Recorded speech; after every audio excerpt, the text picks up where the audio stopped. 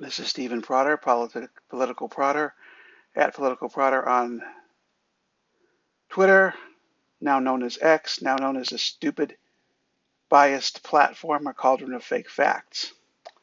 But I'm still using it right now. So it's August 22nd, 2024. I've been traveling across the United States away from the convention. Kind of an odd thing for someone who's following politics to be doing, but that's exactly what I'm doing. Got to visit my mother. My daughter's in town. I didn't check the Democratic Party's DNC calendar when I made the plans for the trip. It's more driven by my mother's schedule and my daughter's schedule. So whatever, here we are. So this is the state of the convention up to now. I've not done a post in 2 days. I'm going to go back to doing a post today. And when I get back to my home in Missouri, I'll do even more, I hope. So what do we have up to now? Tim Walz exceeded expectations. Coach Walz, this has never really been done in politics before, but they're making him relatable. He is relatable.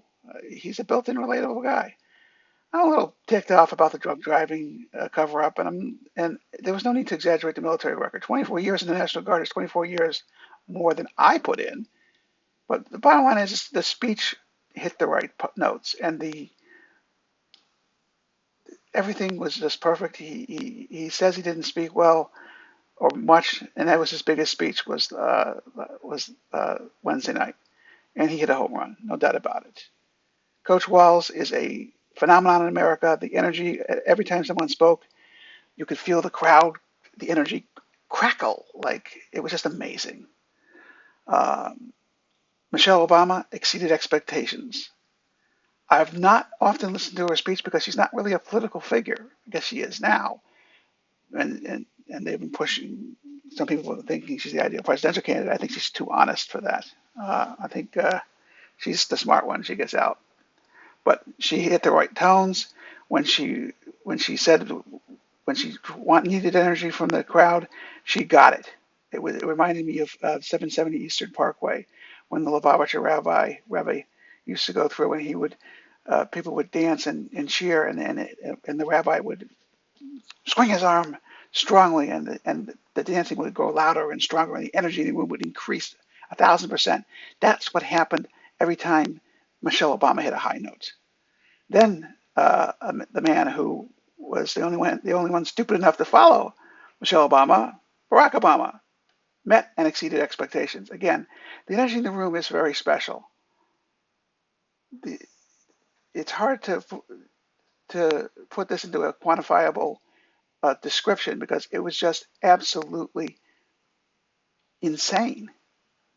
I have never in my lifetime, 60 years almost on the planet, felt this kind of energy in a room, in a political gathering. It was absolutely shocking. And it was great. Maybe it reminded people of what it's like when Kennedy was running for office, or Camelot.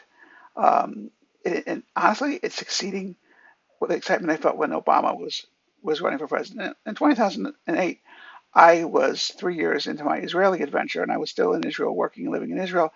Maybe that's why the Obama election did not have as much impact on me as possible. I certainly didn't follow it as clearly because the prime time for watching political news is 3 o'clock in the morning in Israel.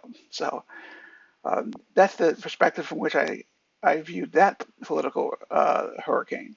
This is different. This is special, and it is phenomenal. There's just no two ways to describe it. His speech also got energy from the crowd, and it was just amazing. I did not see Bill Clinton's speech. I heard he riffed on Clinton's on the age of Donald Trump. I'll get back to that and review it later. I did hear Hillary Clinton's speech, and it was as if her oratory powers had increased through lack of use. I mean, again, she said when she hit the high notes, and she wanted energy from the crowd. She got the energy from the crowd. The place was just shaking with energy. It was like an earthquake ready to happen. And maybe that's why Donald Trump is so frightened. I haven't endorsed yet, but I like the political excitement I'm getting here. This is something new. This is like history.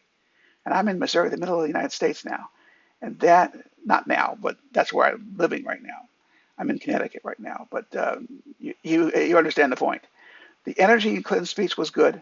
She was not at. Oh, I think she spoke before Michelle Obama, but Michelle Obama spoke better than she did, and Barack Obama spoke better. And well, Tim Walz is a totally different kind of a speech. I mean, you can't. You have to measure that against. This is a win-win for the Gipper kind of speech. That's what I was reminded of in that situation. Win one for the Gipper. Win one for Coach Walz. You know, get it 1 yard at a time. Tackle. Crunch, crunch, crunch. Yay, team. Cheerleaders screaming. Woo. That's exactly what was happening in the internet speech. So what's next? Kamala Harris. Her quick cameos in the convention were great. The first night, her speech was well timed and excellent. I think I commented on it already. But I liked even better her Milwaukee rally at the same hall that the DNC, the RNC used, the Republican National Committee used for their convention several weeks ago. She filled it up and made sure there were lots of wide crowd shots so that Donald wouldn't be fooled into thinking it was artificial intelligence. And she said, in your face. You want to know crowd size? Well, I got a bigger crowd size than you do. Sound like two men bragging about the size of their you-know-whats. But, well, it was a shock.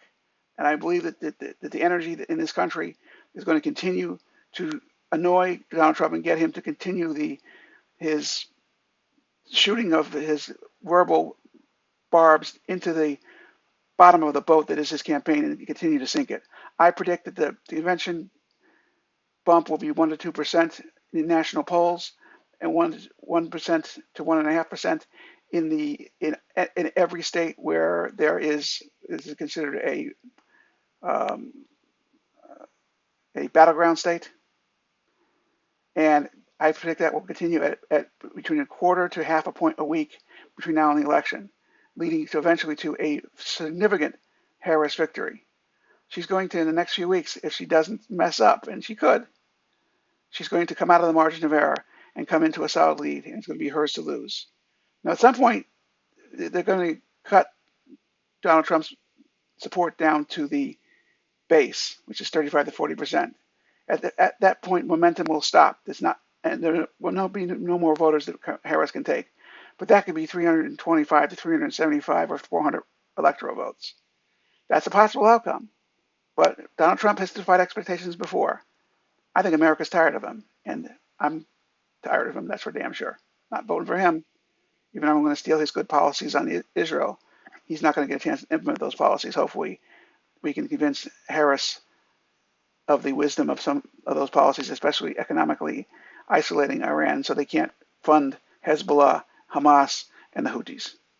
All right, that's the progress report in the convention. Hope you liked it. If you like this video or audio podcast, however you watch it, please press subscribe. Please press like. Please make comments. I haven't had many comments yet, except for my own family. They're saying comments about my voice, comments about my possibly slurring a word here or there when I get excited and talk fast, talk slower.